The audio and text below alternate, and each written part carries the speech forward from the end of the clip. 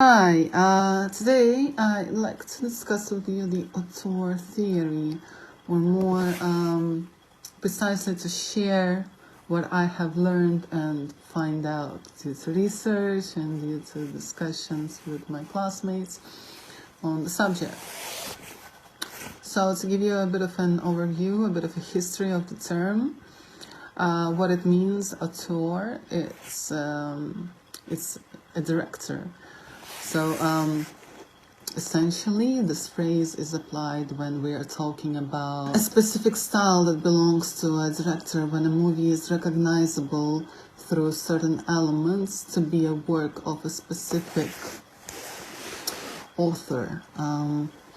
It wasn't always the case that the movie was attributed to a director, that their name was attached to it, that it was marketed with their name, that there was even such a concept that directors can have their own style and that the movies can't be bound by that style. It's something that developed fairly recently. Prior to that, it was either studios or more widely used stars. When the star was born, when the idea of a celebrity was born, that's what was used to sell, to label the films. Alain Delon film, for example.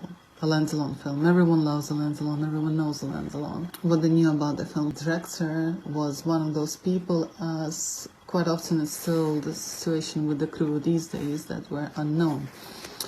Long story short, the auteur theory, its birth, we can thank the critics of the Cahiers du Cinéma, a French magazine that posted critiques and reviews of film.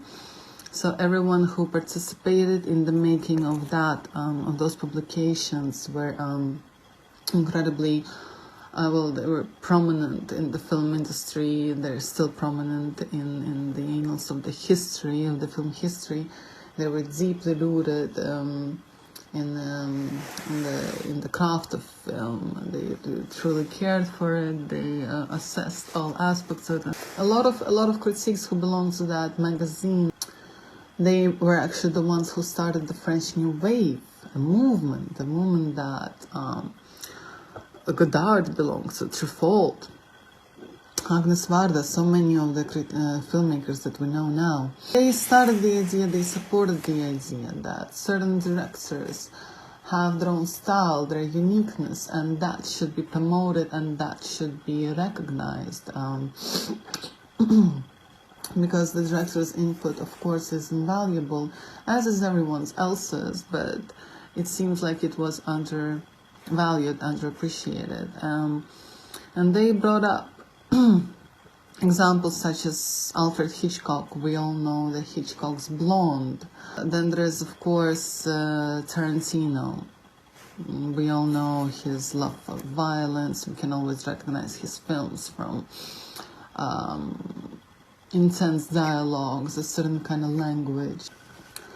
The examples are countless, and it's a beautiful thing. It's a beautiful thing, especially for us filmmakers, that directors became recognized for their trademark, because it allows us to develop a certain style, and when employed, that kind of comes as a package. So it's not. So it allows us to have our own word as well, to weigh in on the decision-making process, to be recognized as an independent entity, his own trademark, with his own style.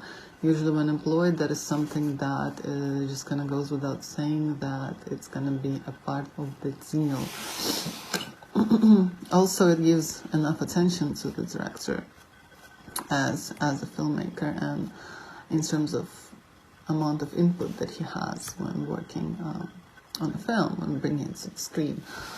The only critique that is valid came from an American critic. It gives too much credit to the director, and what about everyone else? The producer, the gaffers, the DOPs, the costume department, the art department.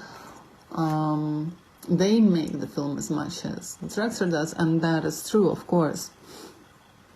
But I guess I guess when the term originated, the people who originated, the group of people who originated, never intended to make it exclusive.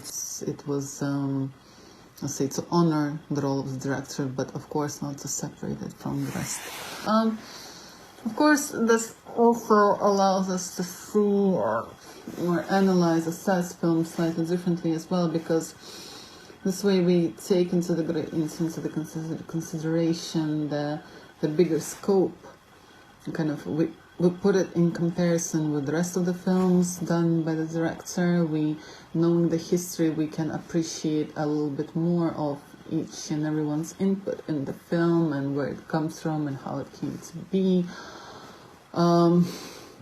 We also grow to appreciate that sort of the expression, the ability to express your own personality and your own uniqueness more, rather than everything being standardized. And it's definitely, it switches on a different part of your brain that just allows you to kind of analyze and assess the decisions made by the director as to why they've made them, how they've made them, what they achieved with them, how it worked, and how it maybe didn't. Scorsese's film, Wolf of Wall Street, I didn't really pay much attention to, for the first time, I didn't really pay much attention to the fact that, Leonardo DiCaprio was constantly followed by a camera. There was a lot of tracking shots where he was talking in the camera, etc., etc. After knowing about finding out about the auteur's theory, when I would watch the film, I would listen to Leonardo DiCaprio, but I would be thinking about the fact that, yes, it's not the first time Scorsese and DiCaprio are doing that. Yes, it creates a very entertaining, glamorous atmosphere. The other opinion would be that it's not the first time that this is happening. Yet again, it's a double-edged sword. On one hand, as a standalone film, it works and it just entertains you.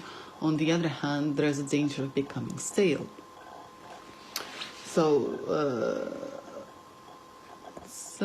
this is a wrap-up on the auteur theory overview.